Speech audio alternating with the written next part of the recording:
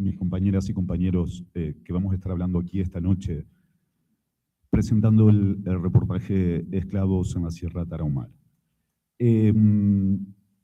Primero que nada, muchas gracias a todos ustedes por hacerse un momento, un día de semana por la tarde para venir a escuchar esta actividad.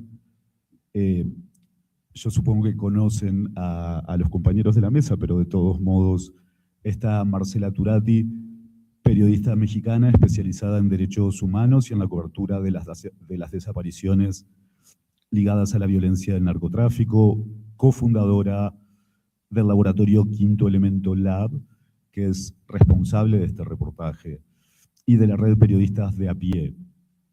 Marcela también es autora de 2 libros, el último de ellos es San Fernando, la última parada. Thelma Gómez Durán, periodista de investigación mexicana, egresada de la Facultad de Ciencias Políticas y Sociales de la UNAM, especializada en temas sociales, ambientales y científicos, y exeditor en México de Mungabay Latam. Forma parte del equipo de mentoría de Corriente Alterna, el programa de formación de periodistas de difusión cultural de la UNAM. Tenemos también la presencia de Javier El Pato Ávila, sacerdote jesuita nacido en Guadalajara, que vive en la Sierra Tarahumara desde 1974 como defensor de derechos humanos del pueblo rarámuri. En 1989 fundó, con el obispo José Alberto Diaguno, la Comisión de Solidaridad y Defensa de los Derechos Humanos. Su apodo proviene de la banda de folk La Fauna, que formó en los años 70, y hoy es una de las voces más autorizadas de la región tras el asesinato de sus compañeros jesuitas en 2022. Vamos a tener también la presencia del actor Daniel Jiménez Cacho, actor y director hispanoamericano, nacido en Madrid, criado en Ciudad de México y formado en la UNAM, figura emblemática del nuevo cine mexicano. Es conocido por su trabajo en Bardo, Sama y Tu mamá también, y Blancanieves, y ha sido galardonado 7 veces con el premio Ariel, además de debutar como director con la película Juana.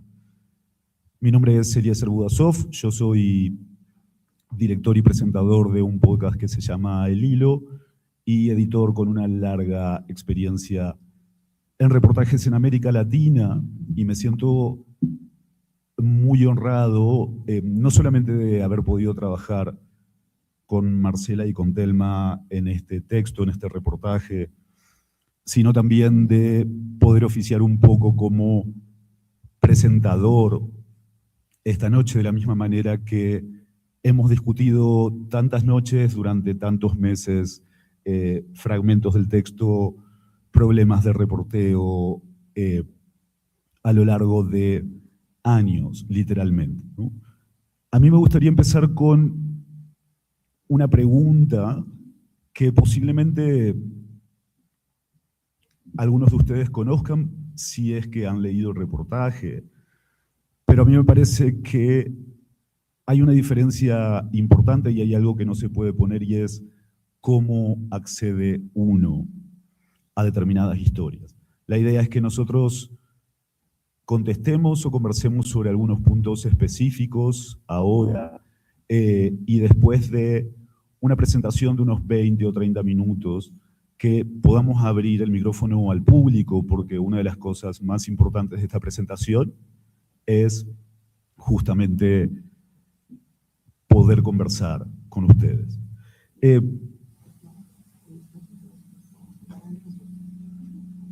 Sí. La primera pregunta que a mí me gustaría contarles y me gustaría que ustedes escuchen es, primero, si pudieran, Marcela, Thelma, que nos cuenten cómo llegan a esta historia por primera vez y por qué deciden investigarla, porque yo me sumo al equipo cuando ustedes ya llevaban un tiempo largo reporteando y haciendo entrevistas, y me gustaría si pueden contar qué fue lo que vieron cuando empezaron a reportear esta historia que las hizo seguirla con tanta paciencia, ¿no? Sin soltarla durante tanto tiempo, en medio de muchas otras cosas y a pesar de las dificultades. Hola, muy buenas tardes. Bueno, y gracias por la presentación y gracias a todos, todas por estar aquí. Bueno, en 2019, en junio, pues leí una noticia que fue muy famosa en Chihuahua, que era que el gobierno había rescatado a 21 hombres de unas cuevas donde los tenían esclavizados, ¿no? Los tenían cultivando amapola y marihuana. Ahí de inmediato pues me llamó mucho la atención porque yo llevo pues por lo menos desde 2008 cubriendo ininterrumpidamente desapariciones de personas en México y llevaba muchos años diciéndoles y preguntándoles a ONGs, amigas, pues que si encontraban a desaparecidos que habían aparecido vivos, que me llamaran para poderlos entrevistar.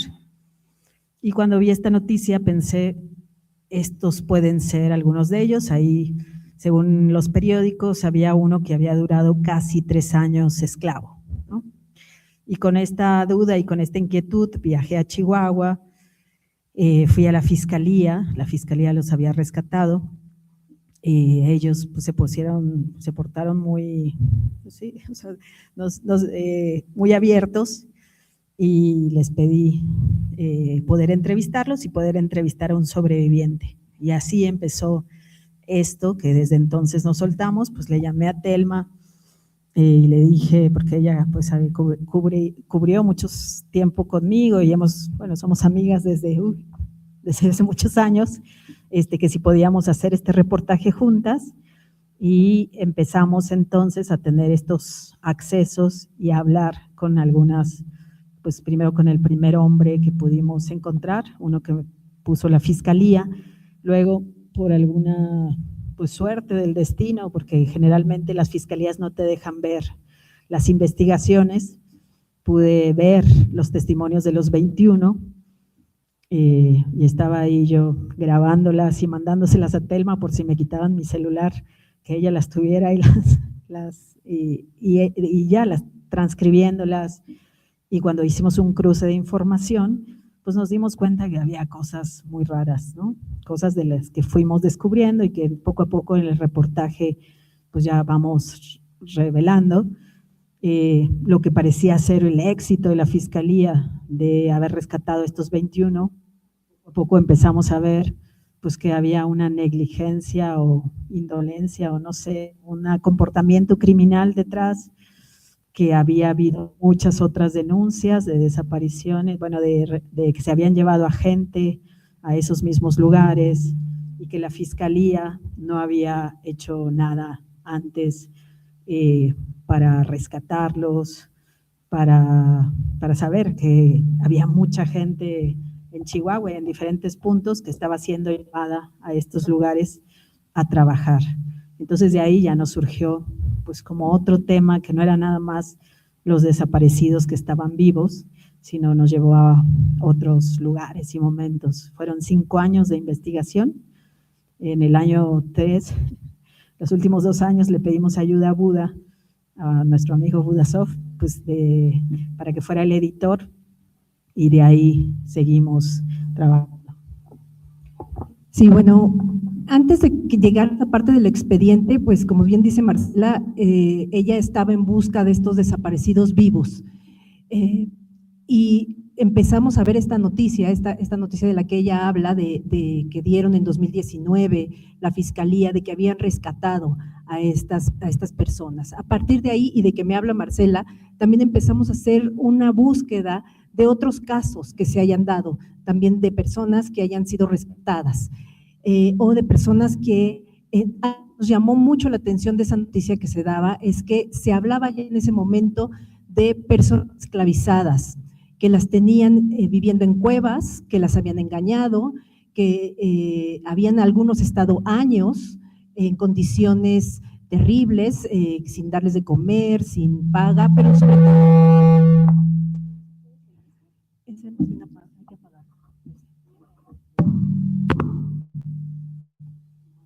Pero sobre todo lo que nos llamó la atención de esto era que si bien ya había otros colegas periodistas, habían también reporteado el tema del reclutamiento forzado y de los engaños que tienen los grupos del narcotráfico para cooptar jóvenes y llevarlos a trabajar con ellos. En este caso, algo que nos llamó mucho la atención fue que se trataba de jóvenes, hombres, los que llevaban a trabajar a los campos de cultivo, que no era para trabajar como sicarios, que no era para trabajar en la elaboración de drogas químicas, sino que era para trabajar en el cultivo de marihuana y en el cultivo de goma de opio, de amapola. Eso era un primer punto que nos llamó mucho la atención y que dijimos, esto es algo que es nuevo, que no se ha hablado, de esta esclavitud que los grupos del narcotráfico están para obligar a las personas a… y bueno, como dice Marcela, a partir de ahí fue que nos metimos a buscar a estas personas y uno de los retos principales que nos pusimos fue poder encontrar a algunos de esos 21 hombres que fueron rescatados, a esos sobrevivientes, porque lo que necesitábamos era hablar con ellos. Teníamos la versión oficial del rescate, lo presumía, no se oye bien, chueco, si nos pueden ayudar con eso, creo que se oye molesta también acá cuando estamos hablando. A ver. Hola, hola. Sí, mejor, ¿verdad? Sí, ok. Entonces, uno de los primeros retos que nos pusimos fue justo encontrar a esos 21 hombres rescatados para poder hablar con ellos, para poder conocer realmente qué es lo que habían vivido y poder también contrastar esa historia de éxito que contaba la Fiscalía y que además curiosamente se había publicado en muchos periódicos el día del rescate. Y todos los periódicos que lo habían publicado hablaban de estos hombres que habían estado esclavizados. Y pues bueno, ya llegó Daniel Jiménez Cacho, entonces le damos la bienvenida.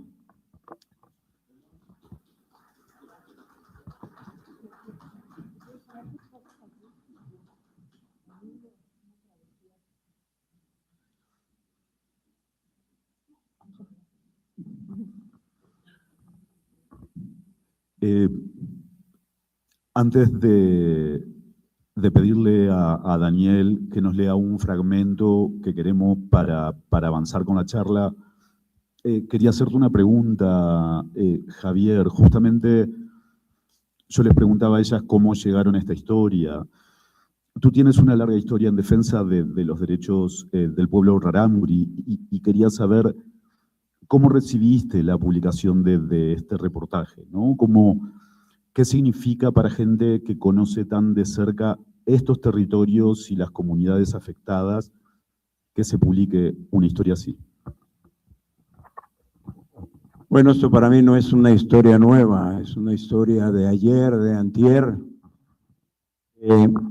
Yo llegué hace 52 años a Tarahumara y desde entonces ya existía ese famoso Triángulo Dorado, una colindancia entre Durango, Sinaloa y Chihuahua, en donde se produce, por lo menos se producía en aquel tiempo, la mejor droga que iba hacia el ejército norteamericano en la guerra del Golfo Pérsico. Esta historia, les digo, no es de ayer ni de antier, es desde la Segunda Guerra Mundial empieza este problema. Vietnam, Golfo Pérsico, los ejércitos necesitan, sobre todo Estados Unidos, esta droga y empiezan a controlarla, no la necesitan y empiezan a perseguirla. Cuando empecé a leer y oí esta investigación, fue una tranquilidad triste. Me tranquilizó porque dije yo, finalmente se puede salir a la luz una verdad oculta detrás de bambalinas, pero que está ahí el pueblo sufriendo. La primera vez que yo me enteré de estos campos, no sé, quizá fue hace unos 15, 20 años, porque me llegó a la oficina que yo presido, la Comisión de Derechos Humanos que mencionaban, me llegó un sujeto en una condición joven de unos 16 años, 17, en una condición lamentable, ropa rota, completamente sucia, él muy sucio, con una cara de angustia tremenda, llegó y me contó de dónde venía, se había escapado de uno de esos campos famosos. Yo no sabía de esos campos, hace como unos 15, 20 años. Lo tuve yo en algún lugar, le pude ayudar, ropa, lavarse, vestirse, cambiarse, bañarse, comer, y estuvo conmigo unos días platicando, y de la noche a la mañana se me desapareció. Supe después que andaba por ahí circulando, y finalmente supe que habían regresado porque lo habían pescado, y lo regresaron a esos campos, y parece ser que murió. Entonces, al oír estos hechos, por una parte le decía, fue una tranquilidad para mí, para que salga a la luz pública ese secreto a voces, y que se conozca sobre todo de parte de la sociedad, que no creamos las cifras oficiales, por favor, no las creamos, es algo más trágico.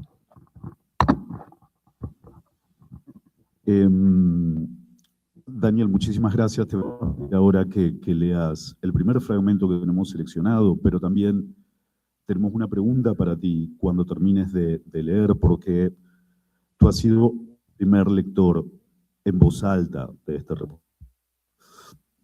Y tuviste que enfrentarte de una sola vez y en voz alta y tratando de transmitir e interpretar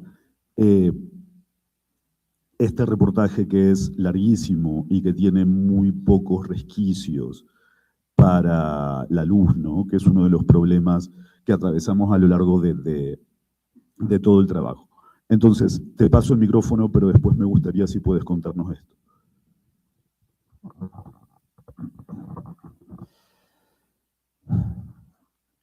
El hombre tomó la decisión cuando llegaron los más chicos. Eran 2 adolescentes. El más grande parecía de unos 15 años, como mucho. Los escuchaba llorar por las noches. Si me voy a morir acá, pensó, mejor me muero tratando de sacar a estos plebes. Esperó días, semanas, meses. Una tarde, después de acarrear agua de un arroyo cercano, desde el amanecer, le ordenaron que se llevara a uno de los muchachos para que lo ayudara. Y sintió que era el momento. De camino, mientras nadie los vigilaba, le propuso escaparse. Siguieron el cauce aguas abajo y caminaron por el bosque hasta que se hizo de noche. Se refugiaron en una cueva. Desde ahí vieron las luces de las lámparas. Los estaban buscando. Al día siguiente no se movieron. Esperaron a que oscureciera de nuevo para salir, porque el camino era una especie de trampa. Del otro lado del arroyo se levantaba una montaña enorme, con laderas de piedra tan empinadas como un muro, que solo les dejaba una dirección posible para seguir. 2 días caminaron sin agua, sin comida, entre los pinos, hasta que dieron con la carretera. Le pidieron ayuda a una pareja que iba en camioneta. Se subieron atrás y consiguieron llegar a Pinales, un pueblito maderero donde el hombre tenía familiares. Ellos llamaron a su mamá. Llevaba 3 años sin tener noticias de él. Había salido de la casa donde vivía con ella y con su hermana en la ciudad de Chihuahua, una mañana de agosto de 2015. Iba al centro a tramitar su seguro popular y desapareció. Nadie volvió a saber de él hasta ese momento. Era junio de 2018. Bar, las iniciales con las que registraron su declaración en la Fiscalía General de Chihuahua, denunció que todo ese tiempo había estado cautivo de un grupo criminal, forzado a cultivar amapola y marihuana desde el amanecer hasta la caída del sol, en un campamento con decenas de hombres más, muy adentro de la Sierra Tarahumara. La situación que describió entonces parecía una escena de explotación de indígenas en las haciendas de América Latina, hace más de 2 siglos. Una de esas imágenes que la cultura popular nos ha legado sobre la esclavitud, pero en el presente, sin cadenas, con la brutalidad y las armas del narco mexicano. Los hacía dormir en el suelo, en cuevas de piedra donde cabían hasta 30 personas, declaró Bar. Les daban 2 comidas al día, algo de frijol y sopa, a veces un poco de harina de maíz con agua y azúcar para que aguantaran. Los obligaban a drogarse, dijo. Si no trabajaban como ellos querían, los golpeaban con varas de encino, los amarraban a los árboles durante días o los dejaban sin comida. También me tocó castigo, Me agarraban de los pies y me ponían boca abajo, me metían en el río hasta casi ahogarme. A veces, declaró, los vigilantes le ordenaban que se violaran entre ellos como castigo. Me tocó ver que mataban a algunos de mis compañeros, dijo. Uno de ellos murió ahogado. A otro lo golpearon con el arma, con los puños, hasta que lo mataron. A otro lo empujaron de un barranco. Pensó que nunca iba a salir de ahí. En los casi 3 años que pasó como esclavo del narco, les dijo Barr a los agentes de la fiscalía, él había llegado a conocer al menos 6 campamentos de trabajo forzado como el suyo. Su testimonio quedó archivado en un expediente judicial, pero a mediados de 2019 se destapó una red de trata que abarcó distintas ciudades de Chihuahua y que operaba de la misma manera desde al menos 2015. Buscaban a hombres desesperados por algo de dinero en colonias periféricas, en las faldas de los cerros, en asentamientos de indígenas desplazados de la sierra, en las vías de tren donde esperaban que les cayera alguna chamba, en centrales camioneras o en módulos para tramitar programas sociales. Les ofrecían trabajos como levantar cercos, colocar postes, limpiar terrenos o cuidar ganado, pero en realidad los llevaban a rincones de la Sierra Tarahumara y los metían en campos de concentración a cielo abierto, vigilados por hombres armados. Eran forzados a trabajar como mano de obra esclava del narco. Podían pasar años así, vivos a medias, muertos a medias. Barr no fue el primero en denunciar que el narco tenía campos de trabajo forzado en la Sierra Tarahumara. En diciembre de 2015, migrantes centroamericanos y mexicanos que viajaban a la frontera alertaron sobre grupos que los bajaban de los trenes para llevarlos a campos de cultivo, donde eran esclavizados. Sus denuncias también se perdieron en los registros burocráticos. Pasaron 3 años hasta que aparecieron Barr y el muchacho Rarámuri. Un año después, aparecieron 3 más. A principios de julio de 2019, el policía de investigación asignado al puesto de control de Las Estrellas, una intersección de carreteras que funciona como puerta de entrada a la Sierra Tarahumara, muy transitada por turistas que visitan la cascada de Basaseachi o las cabañas que están en la zona. Vio bajarse de la parte trasera de una pick-up a 3 hombres en los huesos, con la ropa raída, sucios y desorientados. En la sierra solo los locos, los pordioses o los ancianos rarámuris que viven en cuevas tienen ese aspecto. Los 3 aparecidos dieron pie a un operativo que se hizo una semana después, el 11 de julio de 2019, en el que fueron rescatadas 21 personas cautivas en el mismo sitio. En un país donde la cifra oficial de desapariciones supera las 130,000 personas. El 95% ocurridas en las últimas 2 décadas. Los testimonios de Barr, el joven Rarámuri, y de esas 2 decenas de hombres que se abalanzaron sobre las latas de atún cuando fueron rescatados, ofrecían pistas para pensar en una posibilidad siempre esquiva y latente respecto de los desaparecidos, la de que algunos o muchos puedan estar vivos.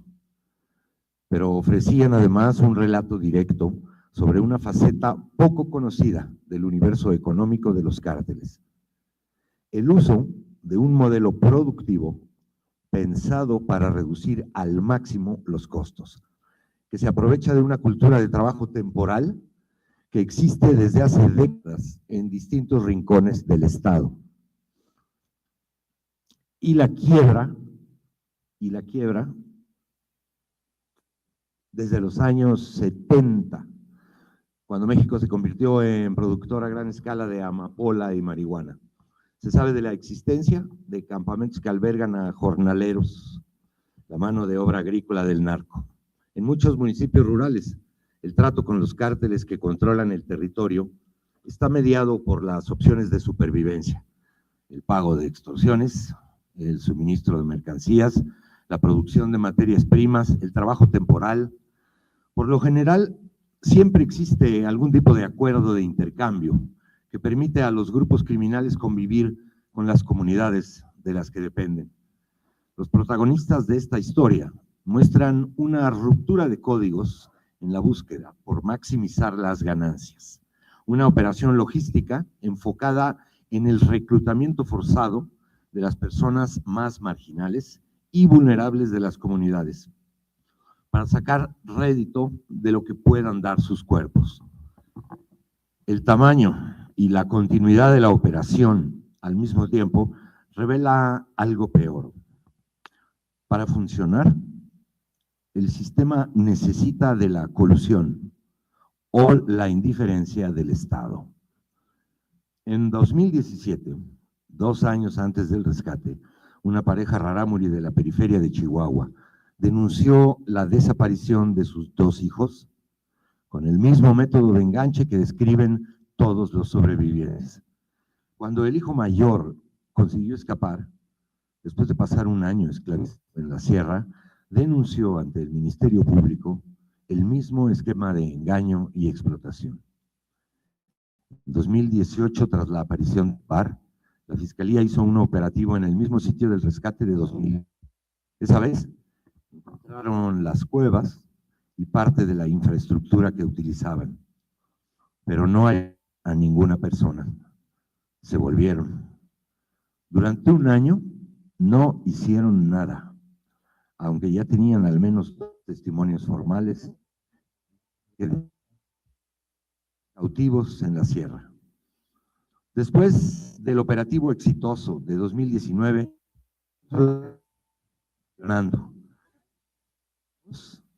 15 personas de Huachochi, una población de la Sierra Tarahumara, fueron levantadas y esclavizadas en los campos.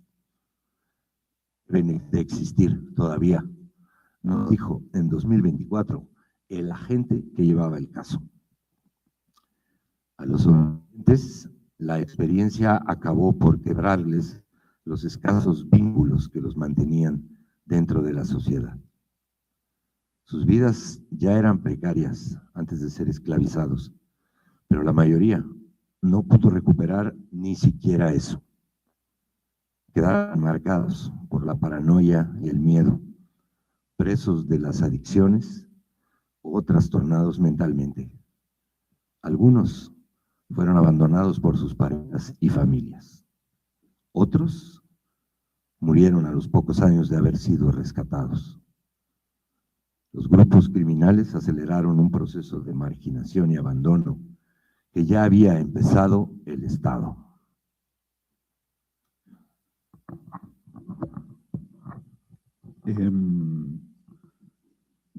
Muchas gracias. Lo que acaba de leer Daniel es la introducción, y antes de continuar, queríamos preguntarte esto sobre cómo fue para ti toparte por primera vez con esta historia toda de una vez. Bueno, sí, yo no tenía idea de esto, ni tampoco de la investigación que habían realizado, ni tampoco del tamaño. Entonces, bueno, pues era una especie de favor, digamos, ¿no? Una especie de favor que dije yo inocentemente, pues, ándale, va. Te grabamos tus hojitas, no sé qué sean, pero madre santa, o sea, no sé cuánto estuvimos, 4 horas, 5, no sé. Sí fue muy duro. Yo quedé muy impactado pues, por varios días. Ese día en la tarde pues, no podía pensar en otra cosa. Se desprenden pues muchas reflexiones, muchos pensamientos con este trabajo, ¿no? Sobre quién chingados somos como especie humana, que podemos permitir semejante cosa, ¿no? O sea, ¿qué es esto de ser humanos? ¿Qué es el estado que tenemos? O sea, es demasiado tremendo. Yo me imagino que, bueno, que conozco a Marcela y ella siempre se hace estas preguntas, ¿no? De qué caso tiene estar escarbando en estas oscuridades, ¿no? Pero importante, creo que aquí mencionaron hace un momento, es muy importante que esto se escuche, ¿no? Que se sepa, que lo conozcamos, que nos demos cuenta cómo somos frenarlo, como sociedad, como gobiernos, como policía, justicia, ministerios públicos. Es un fracaso rotundo, ¿no? Y sigue. Entonces es muy importante, pues, que conscientes, ¿no? Que conozcamos el tamaño del horror para, pues, por lo menos empezar a mirarnos a la cara y decir, ¿qué hacemos? Hagámonos responsables de esto, ¿no? En fin, bueno. Gracias. Se queda uno como también sin palabras de la magnitud de esto, ¿no? Hablando del quedarse sin palabras, recuerdo que una de las primeras cosas que quedó claro cuando accedí a la historia, cuando empezamos a discutir la estructura, era acceder a estos testimonios que nos permite contar o ver sobre la sociedad, y una de las primeras cosas que estaban claras desde el comienzo era, esto hablaba sobre la precariedad de la existencia en los márgenes geográficos y sociales de la sociedad mexicana. Entonces, a mí me gustaría, Marcela, Telma, si pueden contar un poquito quiénes son las víctimas. Nosotros decimos al final de la introducción, los grupos criminales aceleraron un proceso de marginación y abandono que ya había empezado el Estado. Y después, Pato, te quería hacer esta pregunta. Tú dices, conociste por primera vez una historia como esta hace 15, 20 años. ¿Qué ha cambiado desde entonces? Sí. Bueno, sobre quiénes son las víctimas, cuando nosotros empezamos a conocer sus nombres, sus edades, su contexto, sus historias, cuando empezamos a hablar con algunos de ellos, vimos que muchos venían de los mismos lugares, de las mismas colonias que se encuentran en los márgenes de ciudades como Chihuahua, de Cuauhtémoc, migrantes, indígenas, rarámuris, y todos ellos tenían algo en común: buscaban un trabajo, no tenían un trabajo fijo, tenían, varios de ellos, la mayoría, ya estaban enganchados también con el consumo de drogas, eran jóvenes con una paternidad precoz, que tenían que vivir al día, pero en algo en lo que coinciden todos y que cruza con todas estas historias es que han sido abandonados por el Estado desde años, desde generaciones, que el Estado nunca se ha hecho cargo de cumplir el más mínimo de sus derechos, el derecho al trabajo, el derecho a la salud, el derecho a lo que sea. Que es una población que incluso cuando hablábamos nosotros y tanto estábamos dándole vuelta a cómo contar esta historia, que hablamos que era una población también que incluso muchos de nosotros no observamos, no miramos. Las notas que salían diciendo que se había rescatado a estos hombres que habían estado como esclavos, se publicaron esas notas, y no solamente de este caso, también encontramos casos en Zacatecas, en Guerrero. Pudimos entrevistar a otro joven en Guerrero que había sido también esclavizado, que esas historias ya no nos ahondamos en ellas, decidimos centrarnos en la parte de Chihuahua, pero que todas esas historias se publican, sale que los liberan, pero después nadie se pregunta qué pasó con ellos. El Estado tampoco se preguntó qué pasó con ellos, nadie fue después a darles un seguimiento, a darles ese trabajo que les habían prometido y por el cual se fueron y que regresaron sin nada.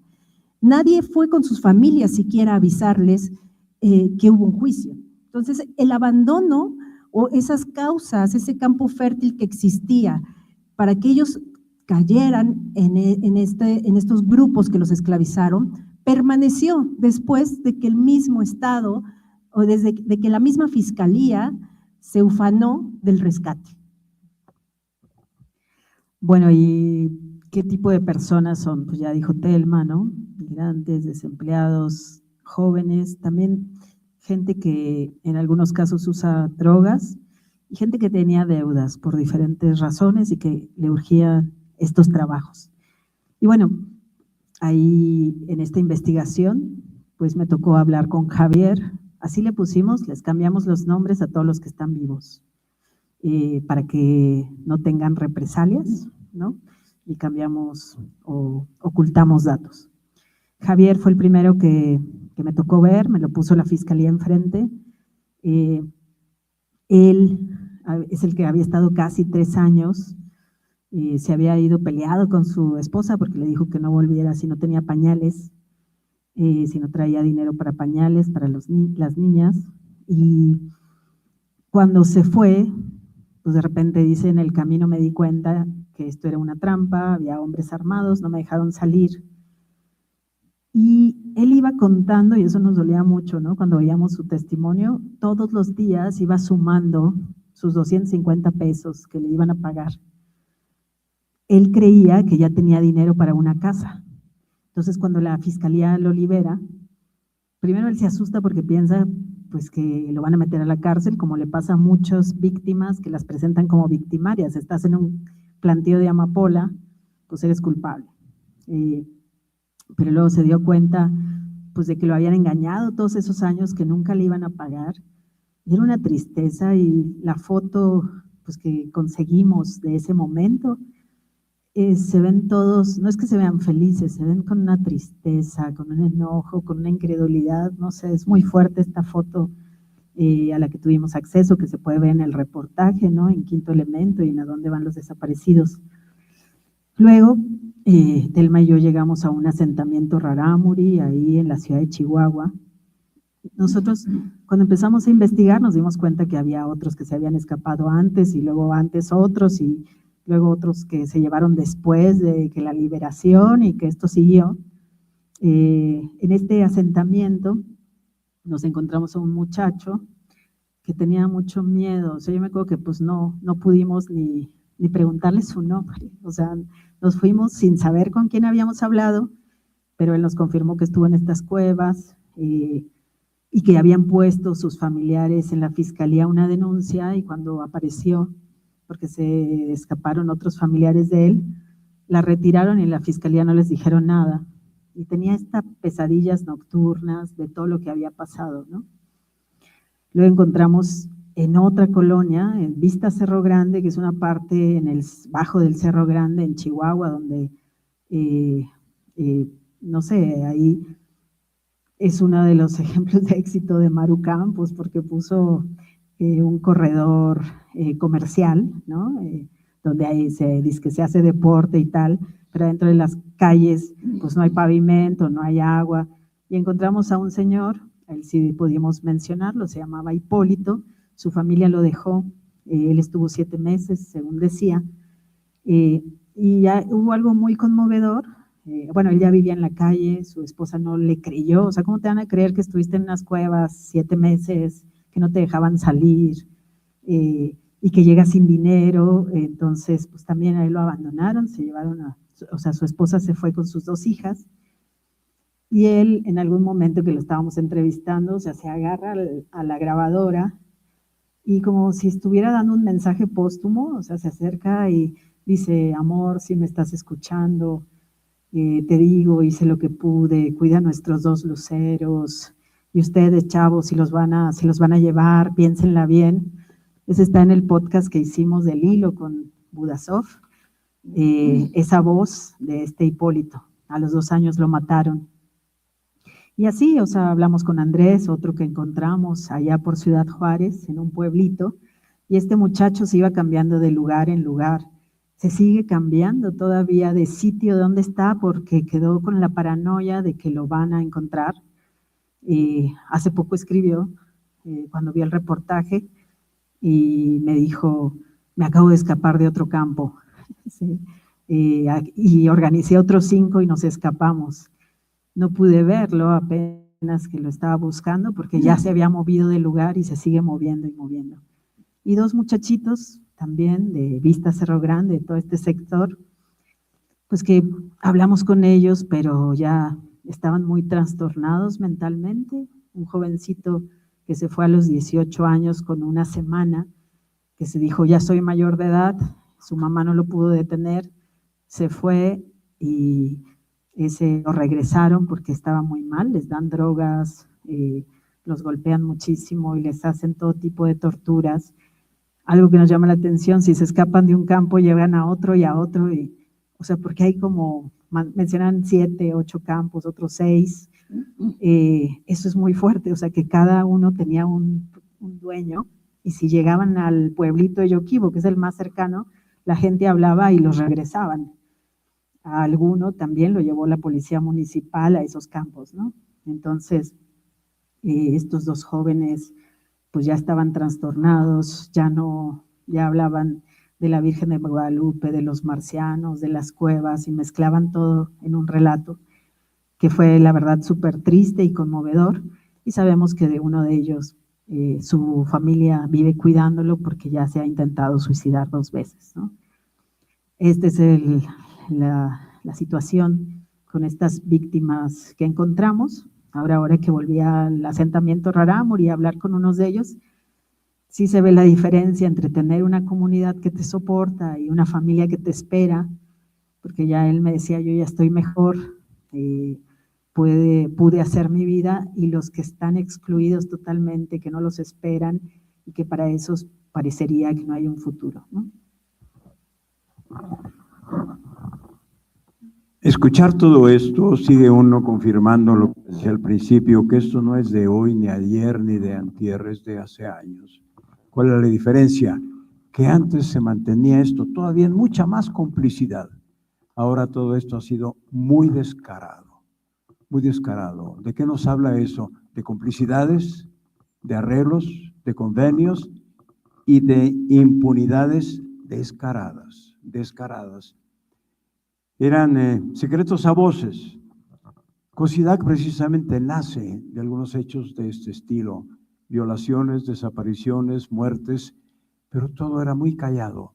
Nadie se animaba a hablar porque había mucho miedo, mucho miedo. Sigue habiendo miedo, pero estos estudios, estas investigaciones, estos logros le dan a la gente más facilidad, pero siguen con el temor de denunciar, y las denuncias que presentan, que van a presentar allá en mi oficina, por ejemplo, la hacen temblando, sudando, volteando para todas partes.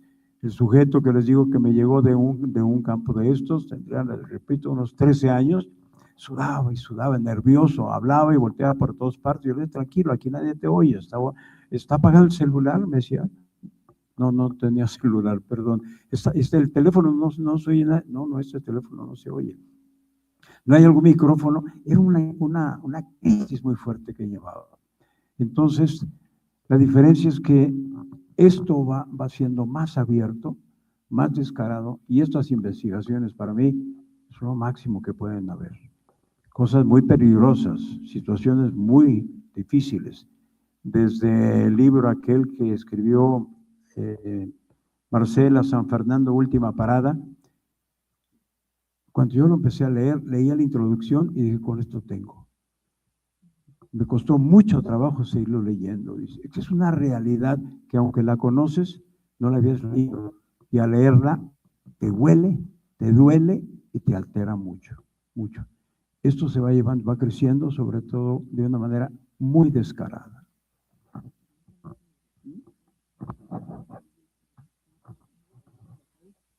Bueno, creo que algo que es muy claro ahorita en Tarahumara, sobre todo en la parte sur de la Sierra Tarahumara, que ha habido un fenómeno de desplazamiento exagerado, como antes no había habido.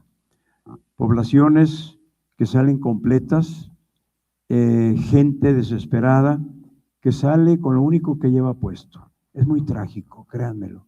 Cuando uno los ve, en qué situación llegan, que salen, que dejan la tierra, la casa, los animales, sus pocos bienes, su ropa, su maíz y frijol que tienen en bodega, se rompe el corazón, se rompe el corazón. Y papás con niños de 3, 4, 2 años, que los que encuentra uno, por lo menos por teléfono me llaman de un cerro donde encuentro señal del celular y me llaman diciéndome, no sabemos si aquí van a acudir porque no nos hacen caso. Eso me recordó una entrevista que oí el otro día con la señora del Palacio, cuando fue a Tarahumara, y que decía que inmediatamente se atienden. Cuando hay denuncias, enseguida se atienden. Es eso, que me lo pregunten a mí. Yo tengo que hablar con fiscal general, fiscal de la zona, presidentes municipales de la región, para pedir ayuda, para pedir que los atiendan, para pedir ayuda para ellos. Y hasta después de varios días me vuelven a hablar, no viene nadie. Entonces, la realidad es muy fuerte que lo que podemos leer. Lo que se ve es más fuerte que lo que... En este momento, las autoridades lamentablemente atienden los efectos, pero no tocan las causas. No tocan las causas. Van, recogen a una población y la sacan de su territorio, porque me dicen, vamos a mandar un operativo para sacarlos. Yo le digo a la autoridad, con todo respeto, pero con cosas tan estúpidas que ustedes hacen. En lugar de decir, vamos a ir a hacer un cerco para proteger a la gente de su territorio, los vamos a sacar y dejan el territorio libre, completamente libre, para que roben, queman casas, se llevan los animales, etcétera. Y la pobre gente se queda desamparada con deseos de volver a su tierra y no puede regresar. Hace más cuestiones humanitarias no le corresponde al gobierno, y mucho menos al ejército, acciones humanitarias. Tiene que cumplir la ley y tiene que proteger a la gente en su territorio, y no lo hacen. Sacan a la gente. ¿Y eso es cumplir con la ley? No, señor, le digo. Ellos deberían proteger a la gente en su territorio y sacarlos. De repente hacen otra cosa que decía la señora, aumenta mucho la vigilancia de la Guardia Nacional. Mentiras. Cuando va la Guardia Nacional, que se le llama, va hacia un operativo circunstancial, pasan unas horas o un día y se retiran. Y es peor cuando se retiran, porque vienen los grupos armados y vienen las venganzas. ¿Quién habló? ¿Quién dijo algo? ¿Por qué lo hicieron? Y debe haber levantones de gente, sobre todo jóvenes, y se los llevan a estos campos y maten incluso a los que se oponen. Esto me da la impresión que los gobiernos no tienen un plan de trabajo. No tienen un plan de trabajo. Ninguno de los 3 niveles de gobierno. Porque aparte de eso, la Policía Municipal en la Sierra Tarahumara prácticamente ha desaparecido de todos los municipios. La señora también dijo, y tengo aquí sus palabras, que no hay policía municipal por falta de recursos. Mentiras. No hay policía municipal porque no los cuidan, porque los amenazan o porque los matan. Tienen que renunciar porque no pueden ellos con una pistola, casi una resortera, enfrentarse a armamentos de alto calibre, no lo pueden hacer. Entonces, cada vez el territorio está en la más grande indefensión que se pueda pensar. Y las presencias de las autoridades son circunstanciales. Van al hecho, cuando hay algún enfrentamiento armado, la gente, lógico, corre a los cerros, los mismos delincuentes, se van a la Guardia Nacional y regresan, pero peor porque vienen las venganzas. Una de las cosas más impactantes del reportaje tiene que ver justamente con lo que acabas de decir y con un fragmento que le vamos a pedir a Daniel que lea antes de pasar a las preguntas, y es la escala de la operación y su continuidad en el tiempo.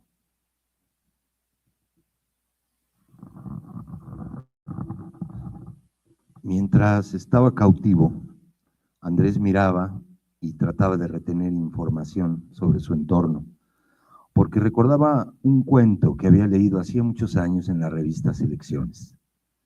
El protagonista era un esclavo negro, amarrado con un grillete a otro esclavo, forzado a trabajar en la construcción de unas vías de tren en el siglo XIX. Y él empezó a idear su escape, a ver los movimientos de los guardias, cada cuánto se rotaban, cada cuánto los dejaban descansar y en qué momento los dejaban escapar. Cuenta Andrés, una tarde de junio de 2021. Él veía todo eso, no comía todo su alimento, empezaba a hacer almacén, poco a poquito, para escapar. De todo eso me acordaba.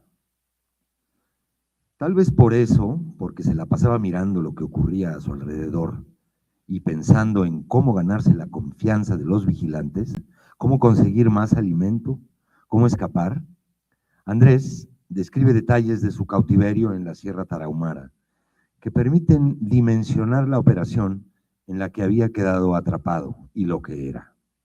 Un sistema pensado para reducir al máximo los costos en la recolección de goma de opio, la tala de los cerros, la cosecha de marihuana y otras tareas agrícolas de producción, sostenido con escuadrones de personas secuestradas y obligadas a trabajar para grupos locales del narcotráfico hasta el límite de sus fuerzas. Andrés pasó 7 meses esclavizado en la Sierra Tarahumara.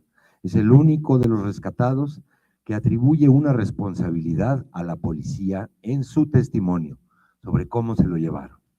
En su declaración ante la fiscalía, su historia empieza como muchas otras. Estaba tomando un refresco afuera de un Oxxo en Chihuahua, enfrente de una pequeña terminal de autobuses, haciendo tiempo para tomar el camión a su pueblo. Un carro blanco se estacionó delante de él y el hombre que iba de copiloto, ropa ranchera, complexión robusta, bigote, dice la declaración, lo mandó a llamar. Le preguntó si sabía colocar postes.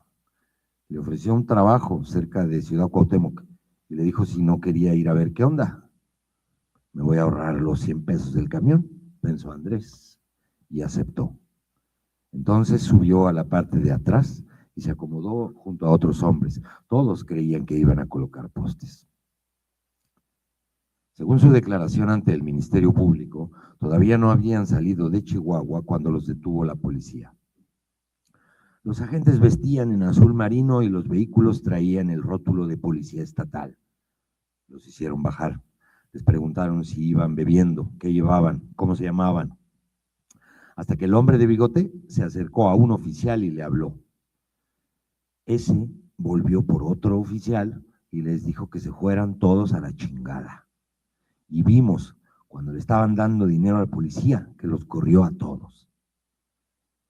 Es un pasaje extraño en su primera declaración, una denuncia solapada dentro de otra denuncia. Si la policía hubiera hecho su trabajo en ese momento, ellos podrían haberse salvado de todo lo que les pasó. En realidad, nos dijo Andrés, la participación de la policía había sido aún peor. De acuerdo con su relato no oficial, que no figura en los documentos judiciales, fueron los mismos policías quienes lo interceptaron afuera de la central de autobuses y se lo llevaron con la excusa de averiguar sus antecedentes. Pero lo que hicieron fue taparle la cabeza, golpearlo y entregarlo a los reclutadores de esclavos. Andrés explica que cuando testificó, después del rescate, en la fiscalía no le dejaron mantener esa versión.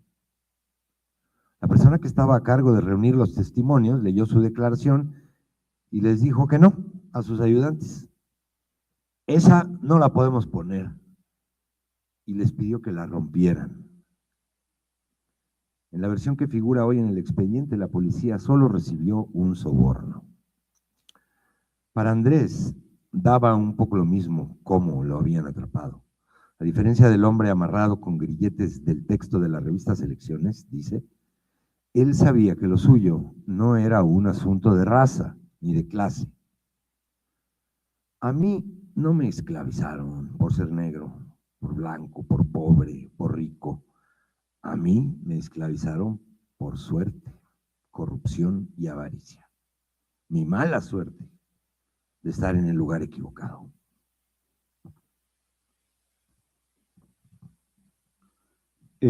Ahora en un ratito vamos a abrir a las preguntas y ahora que ya entramos en clima, a mí me gustaría decir algo que no hemos dicho al principio, pero que lo hemos hablado durante los meses y años que estuvimos trabajando, y es, en principio, una cosa que tal vez parece natural y no lo es, y es la capacidad de tener una organización periodística que apoye el hecho de que uno dedique el tiempo que necesita dedicar a hacer justicia con una historia. Hacer justicia a las historias de las víctimas, hacer justicia a lo que esa historia dice sobre esta sociedad y a respetarlo también en términos de tiempo, no solamente de tiempo, sino de extensión, ¿no? A mí me gustaría marcarlo en este tiempo en que la industria de los medios es una industria agonizante, y digo la industria de los medios y no el periodismo, ¿no? Porque estamos en una época de crisis de periodismo, de crisis de modelo de negocios del periodismo, pero algunas de las cosas que se hacen son importantísimas. Entonces, quiero por un lado, digamos, como destacar ese espacio, y también porque una de las cosas más fuertes al trabajar en este reportaje fue el cómo rompe determinados mitos y discursos prefabricados que tenemos para explicar determinados fenómenos, ¿no? Esto lo decimos desde el primer momento en el reportaje, pero esto rompe con el mito del narco benefactor, del narco que beneficia a sus comunidades, por un lado, y por otro lado también rompe con cierto discurso que atribuye al narco la posibilidad de progreso social en entornos donde no existe ninguna otra oportunidad. Nosotros encontramos que el narco estaba esclavizando a las comunidades y no ofreciéndoles ningún tipo de progreso. Todos esos mitos que impone también la cultura popular, que hay en las series, que hay en un montón de narrativas alrededor del narco. Como decimos nosotros, en los niveles más bajos de la economía criminal, se demuestran que son totalmente falsos, ¿no? O sea, la gente que realmente vive lujosamente a partir de el narco, de las distintas actividades ilegales, es muy poca al lado de la gente a la cual castiga y esclaviza, como en este caso, ¿no? Y una cosa que me parece muy impresionante, y eso también lo decimos en el reportaje, es si el Estado no encontró a las víctimas o no frenó la operación, porque esta operación funcionaba desde antes del rescate y siguió funcionando después del rescate, es como si Marcela y Telma recorrían un sector de la colonia Vista Cerro Grande y empezaban a hablar con un entrevistado y ese hablaba de otro entrevistado, era muy fácil identificar quiénes eran los afectados, quiénes eran los responsables, dónde los levantaban, por qué, de qué manera, ¿no? Eso me parece que es una de las cosas más esclarecedoras y a la vez más dolorosas del reportaje, entender lo fácil que sería, en algunos casos, simplemente impedir que ocurra, porque el Estado está mirando. Si el Estado no los encuentra, es porque no está mirando. No sé si quieren agregar algo, Telma, Marce, y después vamos a abrir las preguntas al público. Sí, esto que menciona Budasov era, como y él lo dijo al inicio, eran conversaciones en todos los días que trabajábamos y en las noches, y sobre todo también lo que veíamos era, si nosotros habíamos encontrado recorriendo esas calles a las víctimas, pero también encontramos el lugar donde vivía uno de los hombres reclutadores. Fuimos a su casa y hablamos con su hijastro, hablamos con él en el centro penitenciario en donde estaba. Y esa persona, ese reclutador, vivía en la misma colonia en donde vivía la mayoría de las víctimas que fueron enganchadas en Chiapas. en Chihuahua, perdón. Y también lo que nosotros nos interesaba mostrar a lo largo de este reportaje, de esta investigación, es las fallas del Estado en todos los niveles, porque también tardamos mucho tiempo, porque cada que ya decíamos, bueno, ya vamos a escribir, ahora sí, había algo nuevo, había un hallazgo nuevo. Y, por ejemplo, nos tocó ir a cubrir todo el juicio en contra de este reclutador, el Chiapas, que le decían. Estuvimos ahí en el juicio en Cuauhtémoc y, bueno, al final él sale libre. En su caso se aplicó al pie de la letra la legislación respecto a la prisión preventiva. Él sale libre, hay otra causa por la que se le sigue, no está en la cárcel, pero esas fallas del Estado que muestran cómo incluso hasta el mismo reclutador tenía todo un ecosistema, todo un campo de cultivo para que se convirtiera en reclutador, ¿no? Entonces, era algo que hablábamos muchísimo de cómo esta historia que comenzó haciendo como una historia, una investigación sobre los desaparecidos vivos, se fue transformando para contar algo más, contar también el tema de la trata de personas, el tema de la esclavitud usada por el crimen organizado, por el narco, pero también todas estas fallas estructurales que existen en nuestra sociedad mexicana. Sí, para nosotras, bueno, fue esta reflexión, ¿no? O sea, llevamos muchos años pensando cómo hablamos también de los desaparecidos vivos, o sea, cómo damos esta idea de que no todo mundo siempre está en fosas clandestinas, en morgues, en cementerios, sino hay gente que está viva. Y pues cuando seguimos esto y que el tiempo nos logró, o sea, gracias al tiempo que pasamos, logramos ver las diferentes etapas por las que pasa este caso. Entonces primero dijimos, bueno, el gobierno no investiga, no suma los testimonios que eran, cuando entrevistamos al fiscal decía, es que nadie había dicho antes. Y nosotras leyendo los testimonios, encontramos muchas veces la referencia, eran en Las Cuevas, Yoquibo, localidad de La Gallina. El gobierno no lo hila, no rescata. Cuando rescata a alguien avisa, y estos tipos no estaban, hubo 2 operativos, nunca encontraron a nadie. Luego, no previene. Nosotras todavía cuando seguíamos investigando nos decían, ya volvió a pasar la camioneta y ahora se llevó a otros. Uno de los desaparecidos es un muchacho, Jesús Galindo, que le dicen Chuco, de una colonia ahí, La Soledad, ¿no?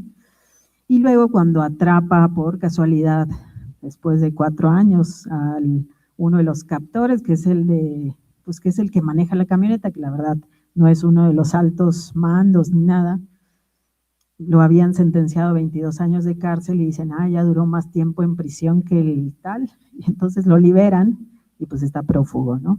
Entonces no castiga, no investiga, y hay una serie, y luego no cuida a los sobrevivientes. Los sobrevivientes siempre van a vivir con esta mancha, ¿no? De por algo se lo llevaron, en algo andaba, y eso es también muy duro, ¿no? ¿Cómo los recibe la sociedad? Como decían, ¿no? Que todo el mundo pues pidiendo que aparezcan los desaparecidos, pero cuando aparecen, como en el caso de Teuchitlán, pues la gente diciendo, no, seguro hicieron cosas malas, son sicarios, y ya mejor que no aparezcan, ¿no? Que se los queden. Nada, hay 50 iniciativas de ley desde hace 10 años en reclutamiento forzado, y también tenemos un gobierno de los diferentes niveles que no quieren que se nombre ni el tema de la trata, ni la esclavitud, ni el reclutamiento forzado, y son temas que deberíamos de los que deberíamos estar hablando. Vamos muy despacio, vamos muy lentos, ¿no? Como dice el Pato, hace décadas que se viene hablando de esto, pero no hay ninguna legislación tampoco al respecto.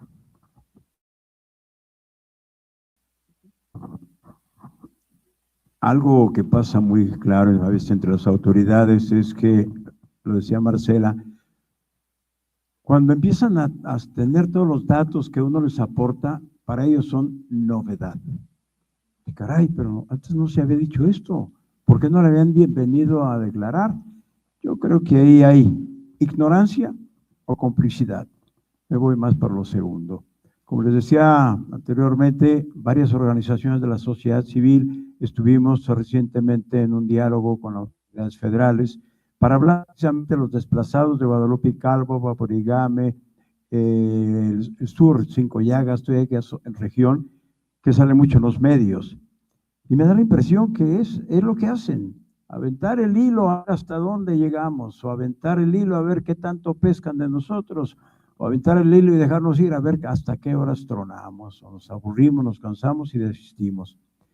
Pero tienen información, por supuesto que la tienen. Si no la tuvieran, ¿qué tipo de gobierno tenemos? Que ignora lo que está pasando en el país. Eso es muy preocupante. Y se hablaba de antes el narco-benefactor. El narco-benefactor ha existido también desde siempre. En una ocasión en el sur, estoy hablando hace 47 años, ahí todo el mundo sabía quién era quién. Todo el mundo lo saludaba, todo el mundo lo conocía, el que pasaba, saludaba a uno incluso, ¿cómo le va, padre? ¿Qué tal? ¿Cómo le va, Mario? ¿Cómo ha estado? Él era el narco de la región. Todo el mundo lo respetaba y todo el mundo acudía a él, hasta para beneficios sociales. Organizaba la graduación de tal escuela, organizaba los 15 años de tal amiga, etcétera, etcétera. Eso fue poco a poco cambiando. Hace, no sé, cuando se destapó esto en Tarahumara, los grupos que empezaron a pelearse unos contra otros, mataron a uno de los líderes de donde yo vivo, y la gente le lloró mucho, porque organizaba, daba el dinero para las graduaciones de las escuelas. Una de las muchachitas que se graduaba era novia de uno de los líderes y le organizó una fiesta que no se olvida todavía, una simple graduación. Pero poco a poco fueron cambiando. Hay ahorita narcos, hay muchos tranquilos, pero hay algunos muy sádicos, muy sangrientos. A esos se les tiene mucho miedo.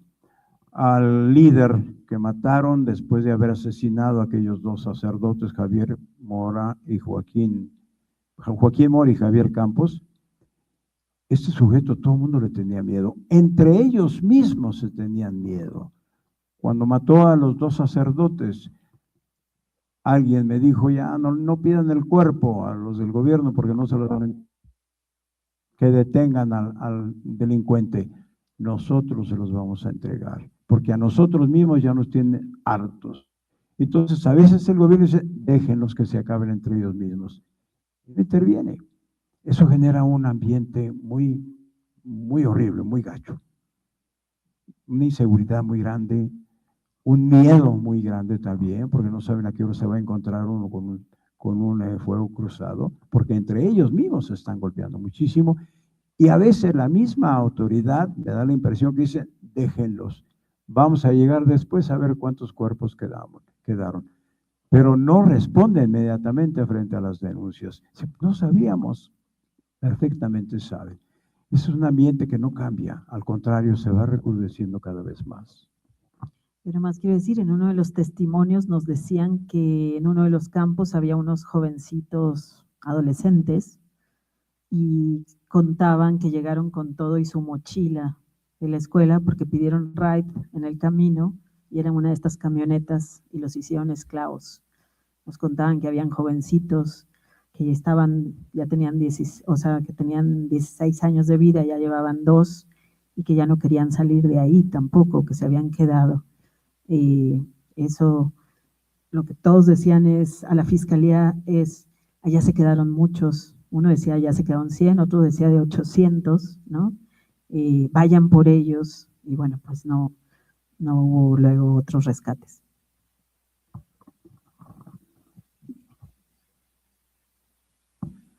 Vamos a abrir a las preguntas ahora del público. Yo solamente pido, si puede, que sean breves. Tenemos media hora exacta y nos gustaría que, bueno, la gente que tiene alguna inquietud pueda llegar a preguntar lo máximo posible.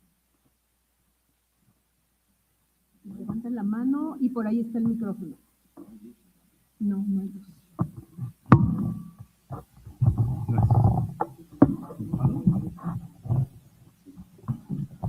Bueno, muchas gracias. Yo tampoco he terminado de leerlo. Cuando ¿no se oye?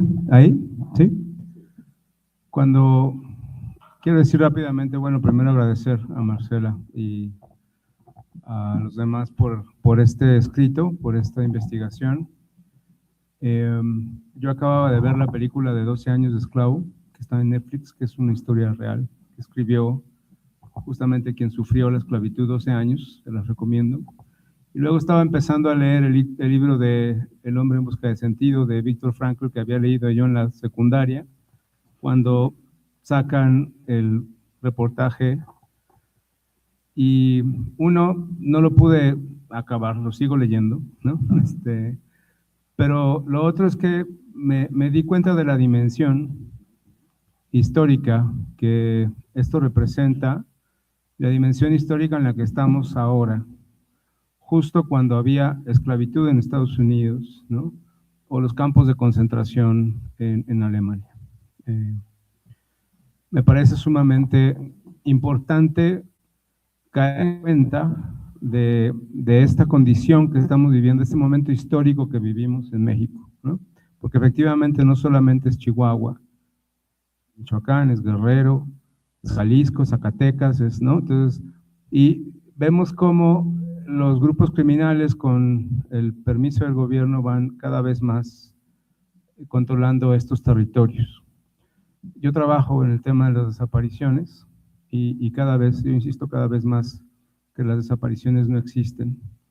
Las desapariciones son una cortina con la que nos hemos acostumbrado y normalizado, porque sí podemos ver las cifras de los 135,000 y ya no me siento mal.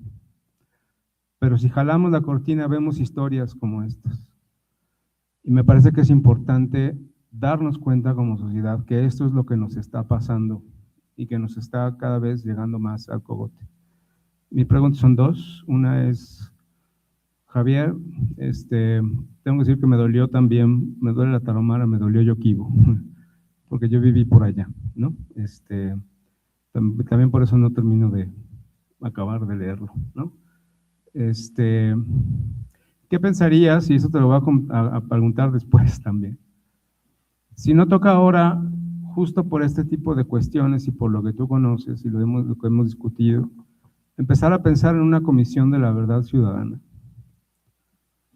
que haga estas investigaciones de manera más sistemática, por supuesto, con la participación de todos esos periodistas de investigación tan importante, y empecemos como a jalar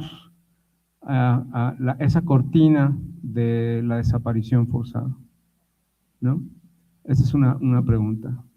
Y la otra pregunta es si ha habido respuesta de algún gobierno después del reportaje, ¿no? Si ha habido alguna reacción o se mantiene el silencio, que es parte de la complicidad y la desaparición. Gracias.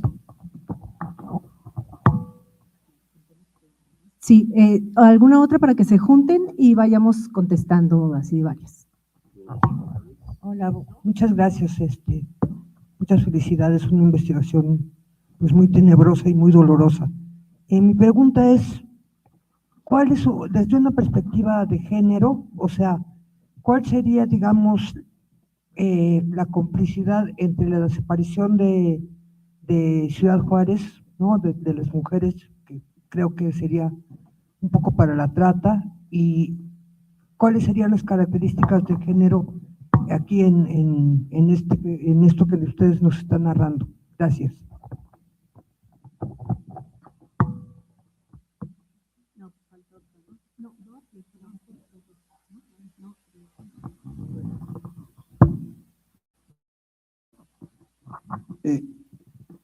Yo estoy de acuerdo contigo, Michael, que urge una comisión de la verdad. Mi gran pregunta ¿es posible? ¿Qué tanto crédito se le dará en estos tiempos políticos? Si no es posible, es urgente, y yo creo que es labor de la sociedad civil. Ciertamente no podemos esperar que de los gobiernos salgan personal para integrarse a una comisión de la verdad cuando precisamente uno de los problemas es que hay que quitar cortinas. Y mi pregunta es, ¿quién pone las cortinas? Las cifras son a veces muy maquilladas, hay cifras muy escandalosas. En Chihuahua, por ejemplo, tengo notado el desplazamiento forzado y las desapariciones forzadas en Chihuahua creció 200% en los cinco últimos años. Del 2016 al 2026, al menos 11.534 personas han sido expulsadas y de esas 11.000, varias están desaparecidas y algunos, sobre todo los jóvenes, están en los campos de concentración que se mencionaba. Yo creo que urge una comisión de la verdad y mi propuesta es que debe salir de la sociedad civil. En Chihuahua hay muchos grupos, organizaciones de la sociedad civil que estamos trabajando sobre desplazados, sobre desaparecidos y muertos. De ahí tenemos que hacerlo y de ahí tenemos que empezar a trabajar, porque ya tienes tú la experiencia, Michael, de lo que ha pasado con la Comisión de la Verdad en el país. Desapareció, se le negó todo su trabajo y se le negaron todos los resultados que tuvieron. Pero es una buena idea, hay que trabajar sobre una Comisión de la Verdad. Urge, de parte de la sociedad, y no pedir permiso, ni tampoco informar que lo vamos a hacer. Hacerlo y a ver qué pasa.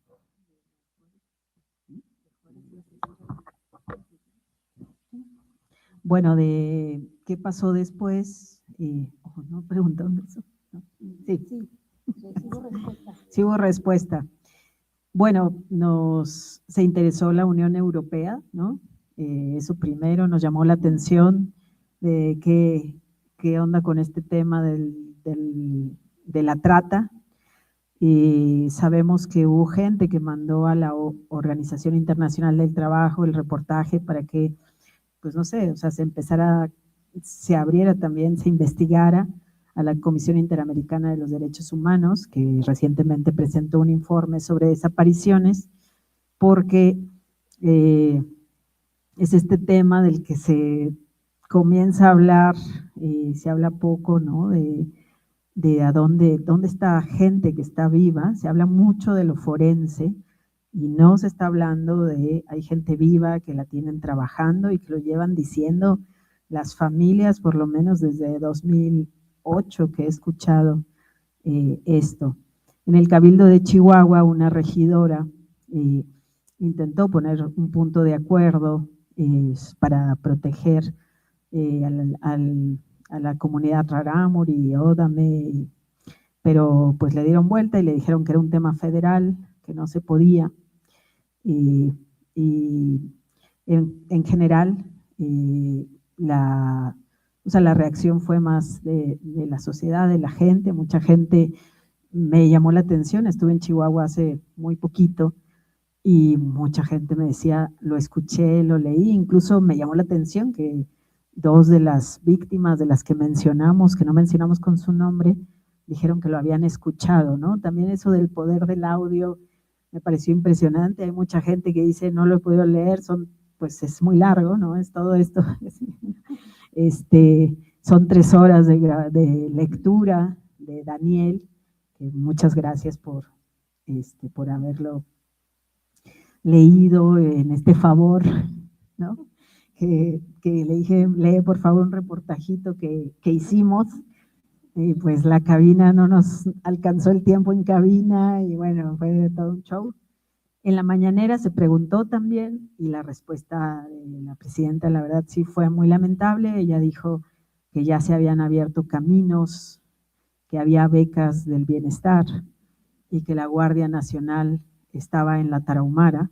Entonces, que eso ya que como de eso ya está resuelto, cuando no es de becas, no es de abrir caminos, este es otro tema, pero es un tema que no se nombra. Yo pienso mucho ahora que estaba en Chihuahua y que siguen surgiendo testimonios, ¿no? ¿Qué se puede hacer para nombrar a estas personas, para resarcirlas, para que les pidan perdón, para los que están vivos todavía, se les cuide, que no haya más muertes que lamentar?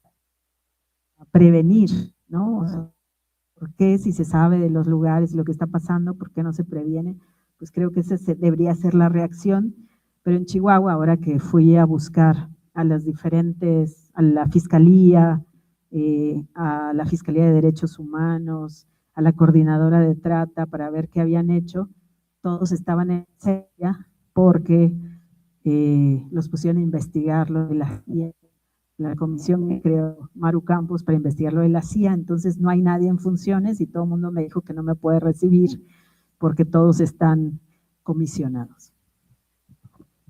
Sí, bueno, voy a seguir sobre este tema de la respuesta del gobierno. La Fiscalía, porque hubo colegas que después de que publicamos fue a preguntarles también al fiscal de Chihuahua y la Fiscalía dijo que iba a buscar los expedientes. Entonces, la respuesta ha sido eso, el silencio o darle vueltas a un tema que ya sabían, a un tema que además no le toca a un gobierno de un solo partido. Esto comenzó a ocurrir, o lo que nosotros logramos documentar, empezó a ser denunciado con las autoridades desde 2015, desde que migrantes centroamericanos eran bajados de los trenes y también los llevaban a campos, los esclavizaban y ellos denunciaron. Y nosotros, después del rescate, nosotros tenemos otro caso que ocurrió en 2024. Esto le toca a gobiernos del PRI, del PAN y de Morena, o sea, ninguno se salva, pero ninguno responde. Y como dice Marcela, no son respuestas, no es una respuesta de una declaración de decir que hay becas o que ya se está actuando. Esto requiere un plan de gobierno que realmente llegue a estos territorios que han estado abandonados, como decíamos. Sobre lo de Ciudad Juárez, si había un paralelismo de lo ocurrido en Ciudad Juárez con los feminicidios y las desapariciones de mujeres allá. En algunas de las reuniones que nos han invitado para hablar de este reportaje, alguien comentaba, era un académico y comentaba y decía, es que esto debería de indignarnos y esto debería ya de poner, de movernos. Y a mí me movió mucho escuchar eso porque creo que desde hace muchas décadas tenemos cosas en México que deberían de movernos, indignarnos y hacer que esto pare. Lo de Ciudad Juárez, lo que vivió Ciudad Juárez, lo que vivieron las mujeres en Ciudad Juárez y lo que siguen viviendo ahí, es una de las tantas cosas que desde hace tiempo debieron habernos movido y que no ha pasado absolutamente nada porque estos casos siguen y cada vez nos estamos enterando de cosas más terribles que, como bien dijo Daniel, pues deberían de movernos a mirarnos a la cara, ¿no? Tenemos espacio para 2 preguntas, como máximo 3 más. ¿Quieres probar a hacer la pregunta sin el micrófono o lo necesitamos al micrófono? ¿Se oye bien? Sí. Con micrófono. Sí. Ok. Bueno, primero, yo entiendo lo que se dice, que la sociedad civil tiene que interactuar para pedir una comisión de justicia. Pero recordando la banalidad del mal, la sociedad mexicana ha sido muy pasiva. No creo que a partir de nuestra realidad interna eso pueda ser real, se pueda lograr. Necesitamos sacar esta realidad del ente del territorio nacional. Necesitamos ir a la Comisión Interamericana de Derechos Humanos, tomar el caso de estos rescatados particularmente, para pedir que se les indemnice, para hacer una situación pública e internacional, para que de afuera se exija que se reintegren ciertas condiciones. El problema mayor de todos esos desplazados es que pierden todo derecho político, porque están dispersos, porque nadie los escucha, porque no tienen la posibilidad de abogar por su propio territorio, porque justamente el desplazamiento lo que pretende es eso. Y los nuevos poseedores de esas tierras no tienen ningún interés de soltarlas. Si esto no sale de nuestras fronteras como una necesidad internacional de una revisión, a pesar de que nos pueda costar en otro sentido, porque tampoco va a ser gratis. Si alguien afuera lo solicita, las condiciones internacionales de mercado lo van a aprovechar, pero solo eso nos podrá dar una posibilidad de que algo se regule, porque como se dijo antes, no es solo Chihuahua. Estamos rodeados de todo este tipo de procesos, ¿sí? Y eventualmente se van a seguir incrementando por la explotación de los recursos naturales, que es lo único que México sigue entregando: mano esclava y recursos naturales. Con eso termino, gracias.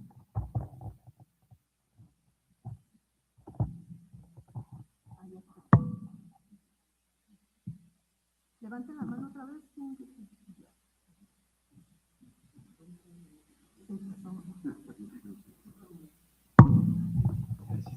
Buenas tardes, mi nombre es Jonathan.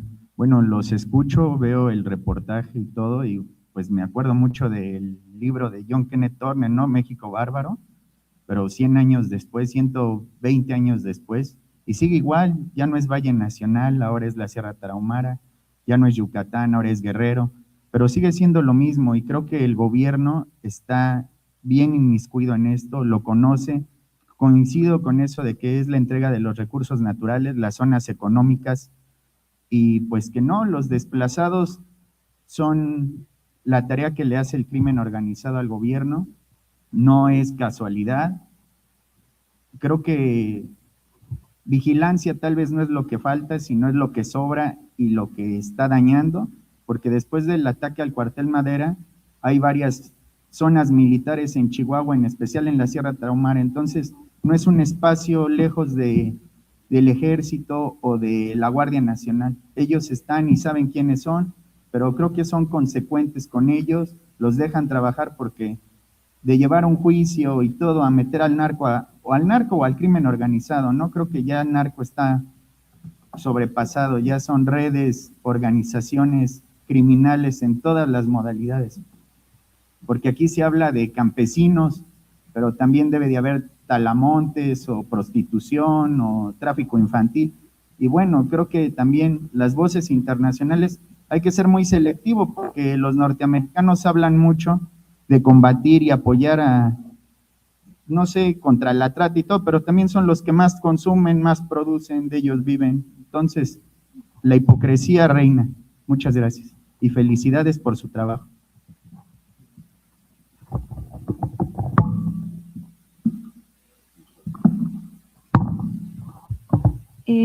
Bueno, antes que nada, muchas gracias por hacer esta mesa, por acercarnos aún más a esta investigación.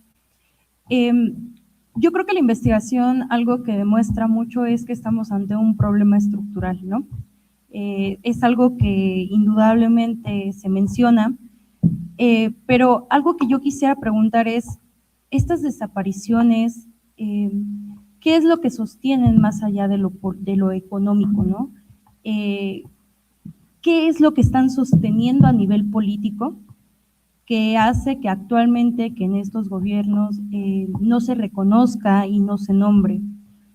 Evidentemente sí hay una necesidad política y económica, ¿no? Pero ¿qué es lo que están sosteniendo además, ¿no? De esta, que provoca que estas desapariciones terminen en un modelo de esclavitud, ¿no? Para abaratar costos. O sea, más allá de lo económico, ¿qué es lo que están sosteniendo quizás a un nivel político? Muchas gracias. Vamos a pasar ahora a la última ronda de respuestas y queríamos pedirle por último a Daniel que le hiciera un fragmento final para cerrar. Yo quería decir algo muy breve respecto del primer compañero que preguntó, y es, como nos decía Daniel al principio, es muy fuerte cuando uno se enfrenta a esta historia, encontrar algo que a mí me parece un principio periodístico muy importante, y es, si uno va a mirar a los lugares más oscuros del mundo, lo ideal es que trate de iluminar en algún sentido.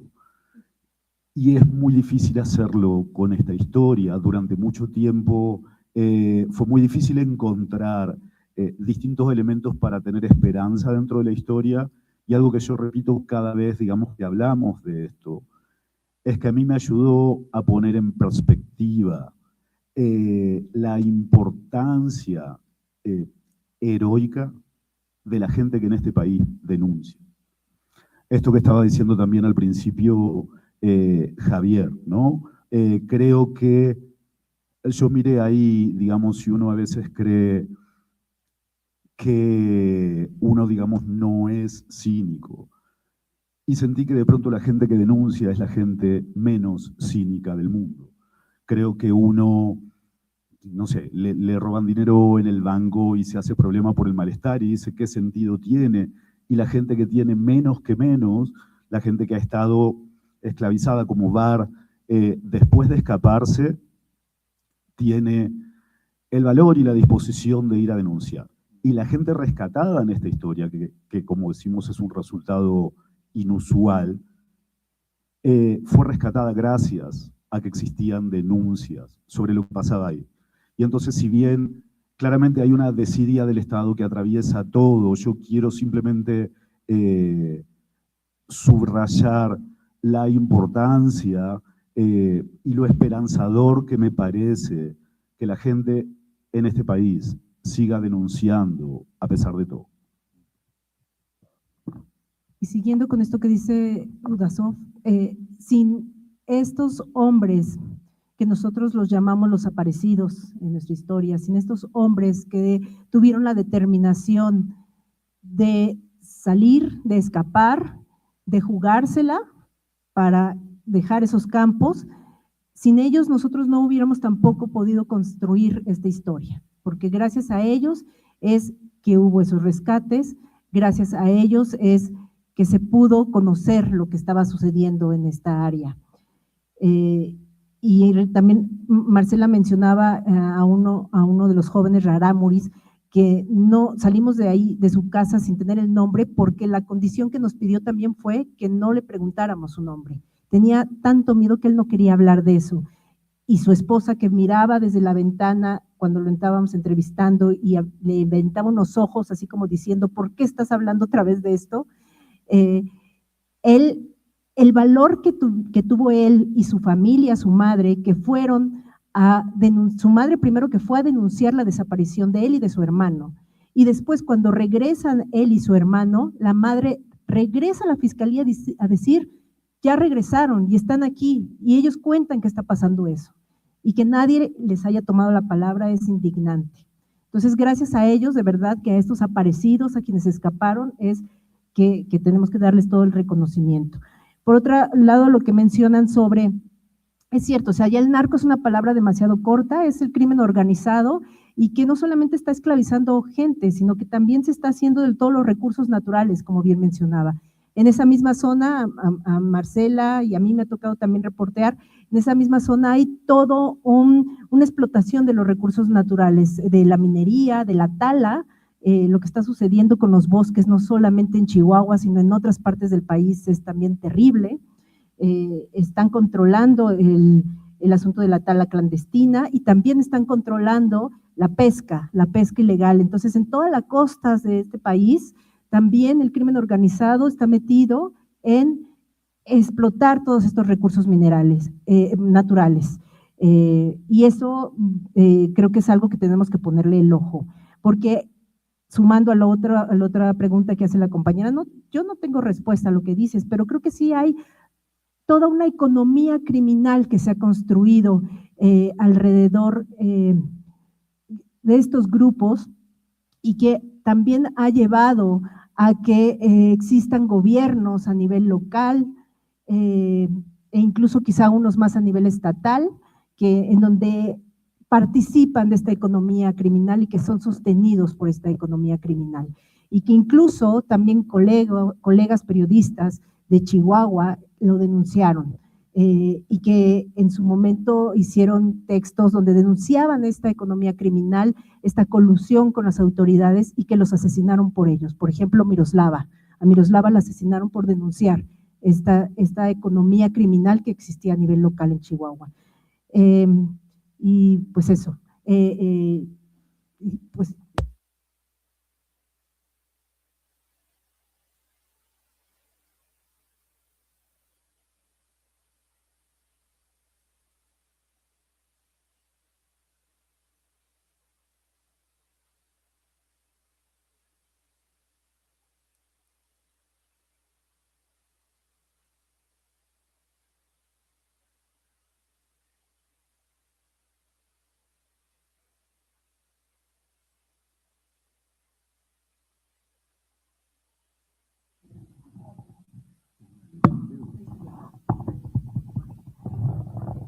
y uno de los testimonios que se repetía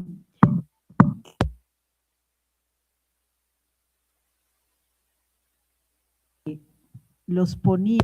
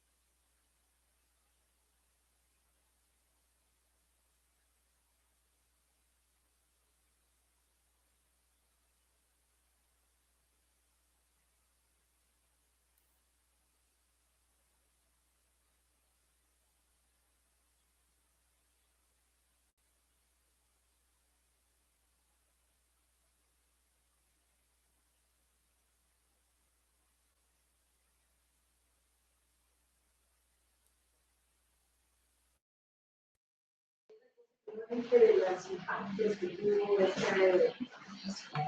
este reportaje, que comenzamos a recibir estos mensajes que son muy dolorosos, de mucha gente que manda la foto de su familiar, pregunta si alguien ahí en estos campos, si sabemos de ellos, si alguno de los sobrevivientes los vio.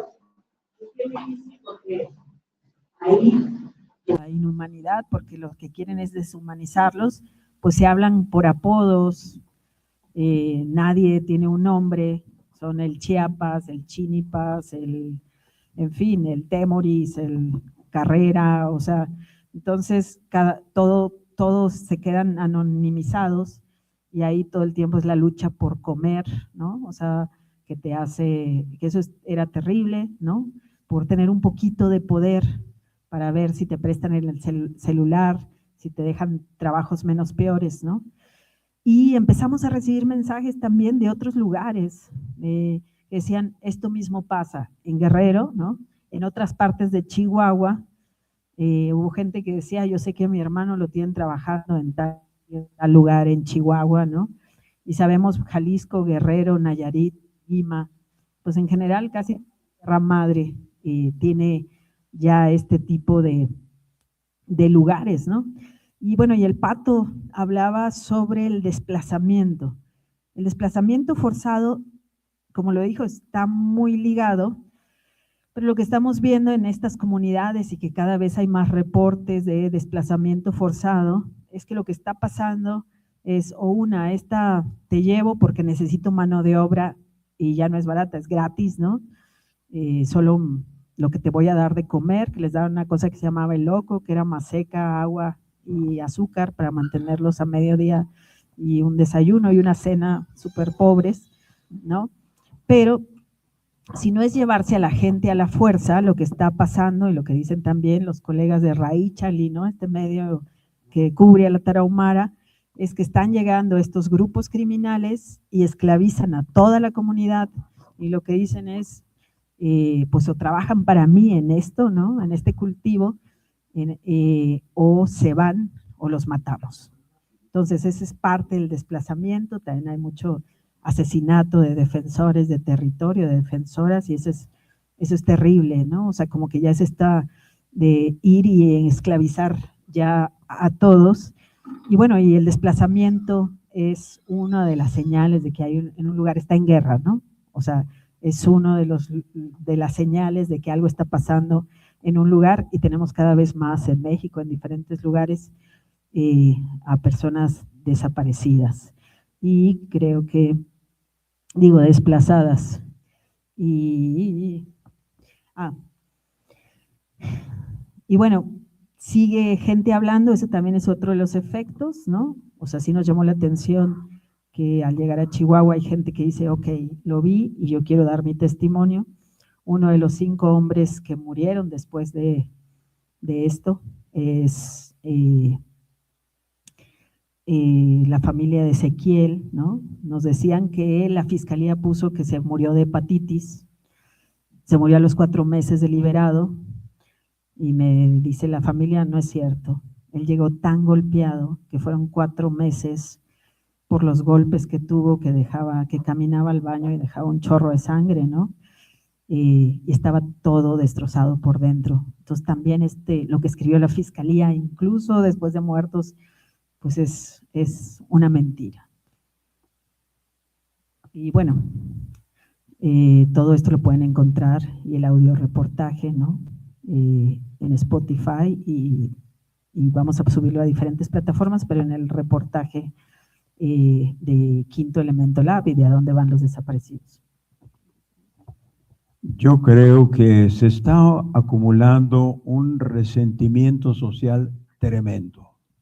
Hay sociedad civil activa. Estás bien, la sociedad mexicana por lo general es apática, pero hay una sociedad civil activa y en serio.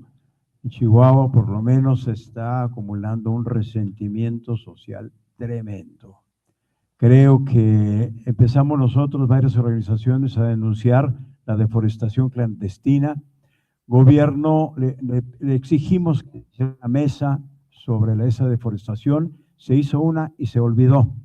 Volvimos a exigir, se hizo y ahí estuvimos diciendo cosas muy concretas. Nos daban de nuevo, tenemos tantas campañas, en la carretera ya pusimos pósters, ya pusimos invitación, teléfono para que denuncien el clandestinaje. Nunca nos dijeron de cuántos detenidos había. Al día siguiente los exigimos mucho y el secretario de Gobierno, el subsecretario de Derechos Humanos de Gobernación, dio una conferencia de prensa diciendo nada más que habían estado ya en diálogo con la sociedad civil, que estaban trabajando juntos, pero no dieron ningún dato. Creo que el tema de desplazados y al mismo tiempo desaparecidos, con desaparición forzada, creo que se está poniendo ya cada vez más sobre la mesa en el estado de Chihuahua. Se forzó a tener otra mesa, ahorita se está forzando ya un diálogo con la sociedad civil, con el gobierno federal. Les repito, recientemente la acabamos de tener, se le está exigiendo al gobierno que vaya a Chihuahua a dialogar con la gente, con los familiares. Un funcionario de gobierno decía, no, está muy lejos, 6 horas de ida y vuelta. La gente de allá, los de la sociedad civil, tenemos que venir pagando nuestros vuelos, nuestra estancia y utilizando mínimo 3 días de venida uno, estancia con el gobierno, diálogo otro y regreso otro. El gobierno federal dice, no, mejor vengan para acá. No saben lo que es ser servidor público. Se sirven del pueblo y no sirven al pueblo.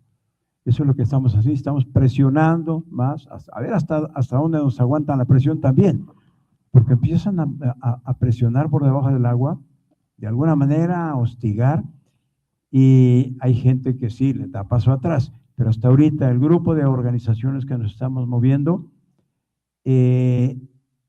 no damos ni un paso atrás, ninguno. Vamos a caer los que tengamos que caer, pero no vamos a dar un paso atrás. Nuestro compromiso, la opción de ellos es de sexenio, nuestra opción es de vida, y es más fuerte que la de ellos, y vamos a seguir luchando. Bueno, yo nomás quería decir que aquí en el público está Miguel Palma, de la comunidad de Mogótabo, una de las que están en resistencia, ¿no? Por todo el despojo que ha habido. Y bueno, pues si quieren también hablar con él, que puede dar su testimonio. Por acá andaba, que vino a escuchar.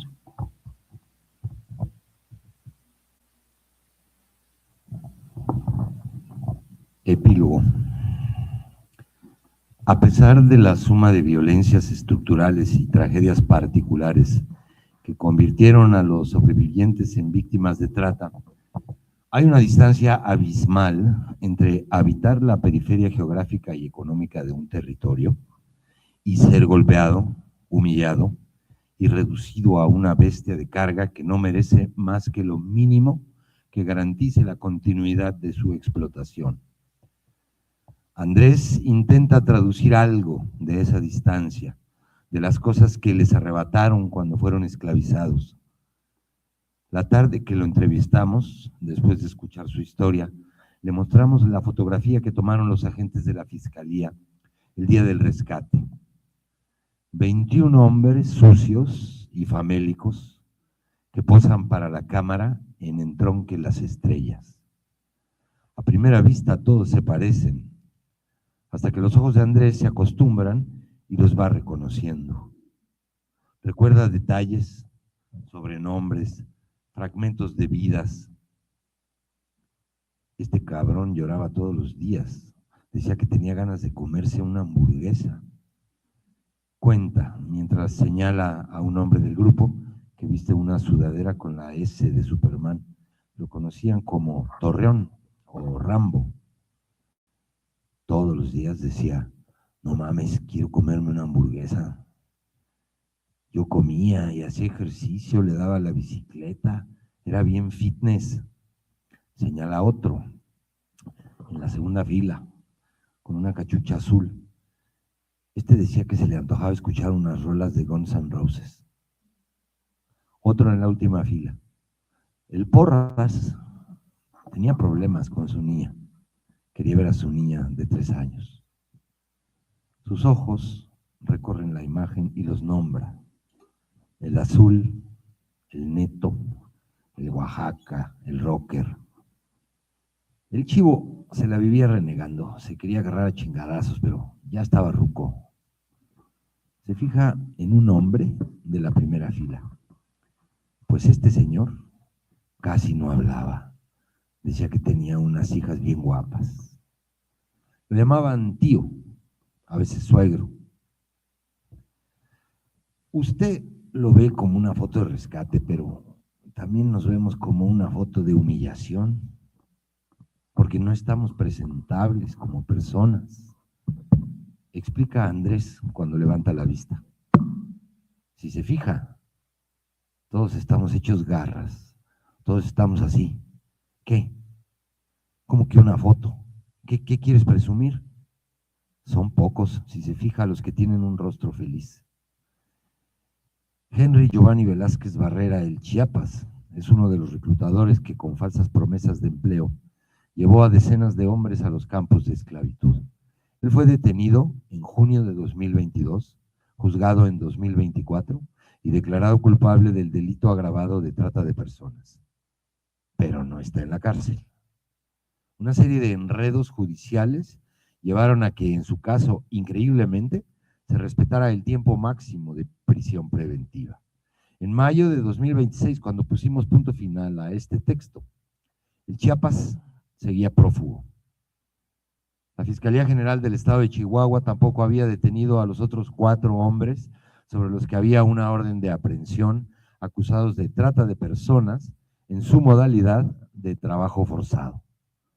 Ninguna autoridad, ni federal, ni del Estado de Chihuahua, realizó acciones de prevención para evitar que otros hombres pasaran por lo mismo, que terminaran como esclavos en los campos de cultivo del narcotráfico en la Sierra Tarahumara.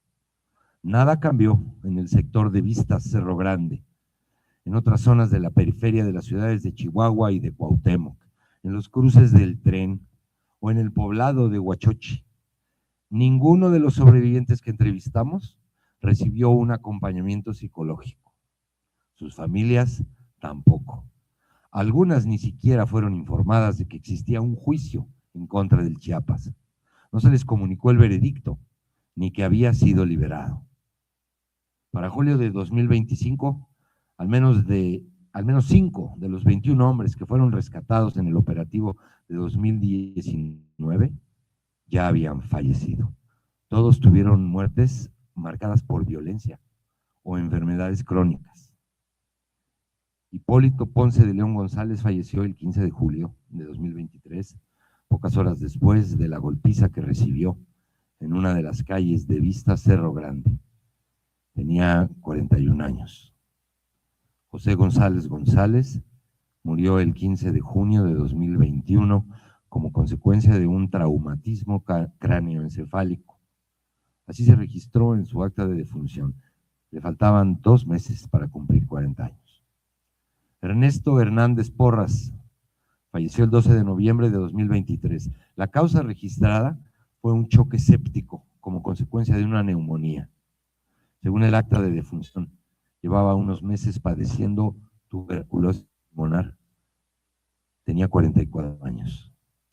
Ezequiel Barrera Huizar murió el 1 de noviembre de 2019. Padecía diabetes tipo 2 y hepatitis C que se agravó por el consumo de alcohol. Sergio González Cruz murió el 18 de mayo de 2022. Solo faltaban 2 semanas para su cumpleaños número 36. El acta de defunción dice que la causa de su muerte fue asfixia por suspensión. Él fue uno de los 3 hombres que consiguieron escapar. Uno de los aparecidos que llegaron hasta las estrellas con la ropa raída y el cuerpo en los huesos. Gracias a su testimonio y el de sus compañeros, la Fiscalía pudo realizar el operativo de rescate de julio de 2019.